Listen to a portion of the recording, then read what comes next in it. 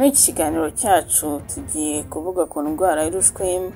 Turaza kuvuga ku bintu bitera urushwima, uko wakwirinda ndetse n'ubuvuzi butangwa kwa muganga. Bahaye ikaze kuri channel ya waruzi ko info and fact.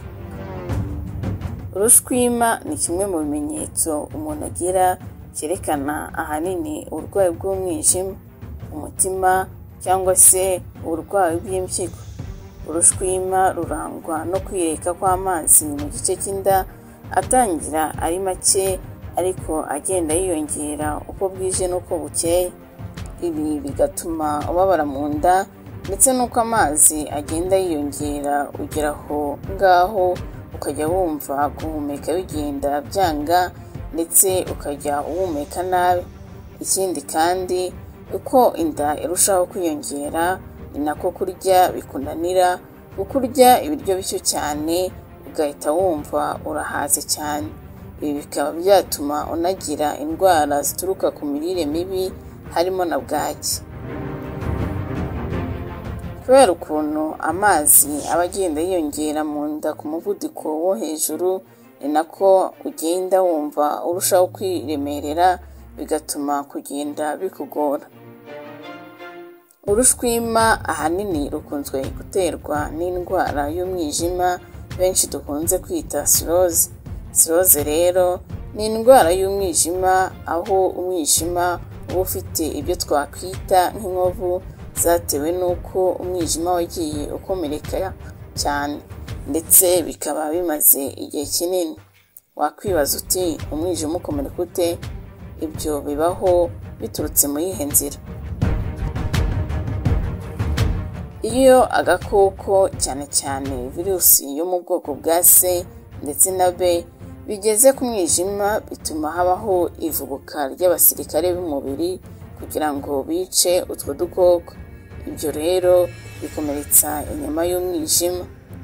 Uko umwijima ugenda ukira, ibyo bikomere nako uzana inkovu.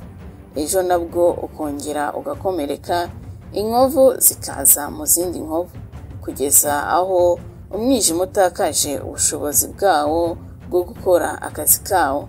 Ibi akaba ari byo twita cirrhose. Ibyo rero bigatuma amazi agenda yireka mu gice cy'inda ndetse umunsi ku wundi akagenda yiyongera gutyo gutyo.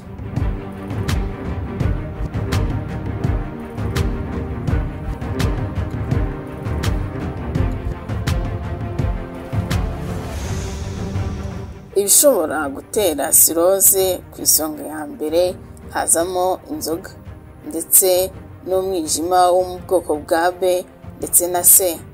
Ibindi bishobora gutera cirrhose harimo kwikusanya k'umwunyungugu witwa fere mu gice cy'umwijima, indwara ya diyabete yo mu bwoko bwa kabiri iyo itavuwe neza cyangwa se uyirwaye atirinda uko bikwiye, nayo ishobora gutera indwara ya cirrhose. Bitewe n'uko diyabete ituma ibinure bigenda bikikusanya ku nyama y'umwijima, bigatuma umwijima ukomereka. Ikindi gishobora gutera cirrhose ni indwara y'umutima, kubera ko amaraso n'imyanda irimo biba bitava neza uko bikwiye mu mwijima. Hongera kwibutsa ko cirrhose atari yo yonyine ishobora gutera urushwima, nubwo ari yiza ku isonga.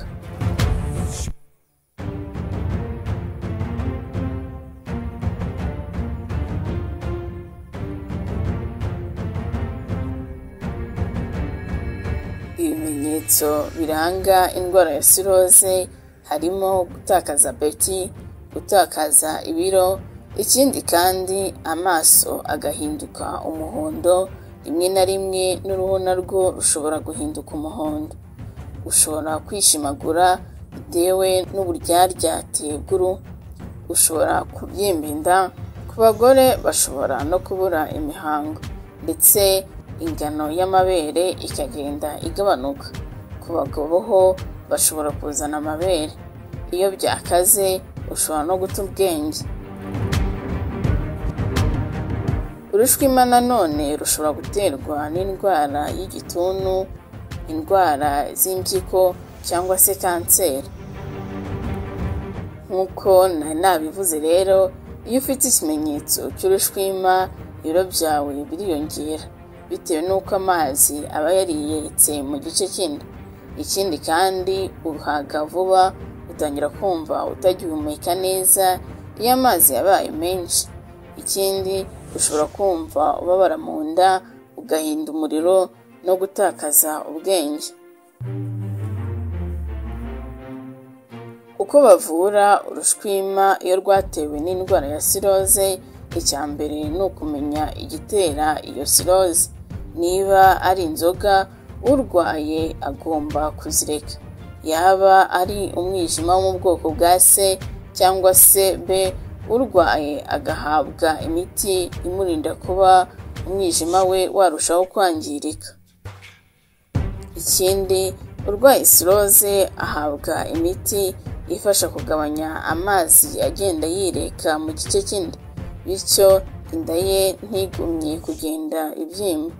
Mu gihe amazi ari menshi cyane, abaganga barayavoma bakoresheje inshinge ndetse n'ibindi bikoresho byo kwa muganga. Urwaye siroze agomba kwirinda kunywa imiti ya kinyarwanda kuko ibi birushaho kwica umwijima we. Urwaye siroze agomba kwitwararika cyane, afata imiti neza, yubahiriza amabwiriza yahawe na muganga we umukurikirana. Uko bitagenze gutyo, ushobora kugira ingaruka zituruka ku ndwara ya siroze, harimo kuruka amaraso, peritonite yatewe no kuba y'amazi yiretse mu gice cy'inda yagize infection. Ikindi kandi, urwaye siroze agomba kurya indyo yuzuye, ahanini harimo imboga rwatsi ndetse n'imbuto, kugira ngo yirinde kuba yarwara impatwe benshi dukunze kwita constipation, kuko ibi bishobora gutuma atakaza ubwenge. Mu gihe urya indyo yuzuye ariko bikanga, biba byiza kwihutira kwa muganga bakaguha imiti igufasha gusohora iyo myanda. Mu gihe urwaye siroze adashobora gukurikiza inama yahawe na muganga, ibi bishobora kumuviramo kurwara kanseri y'umwijima.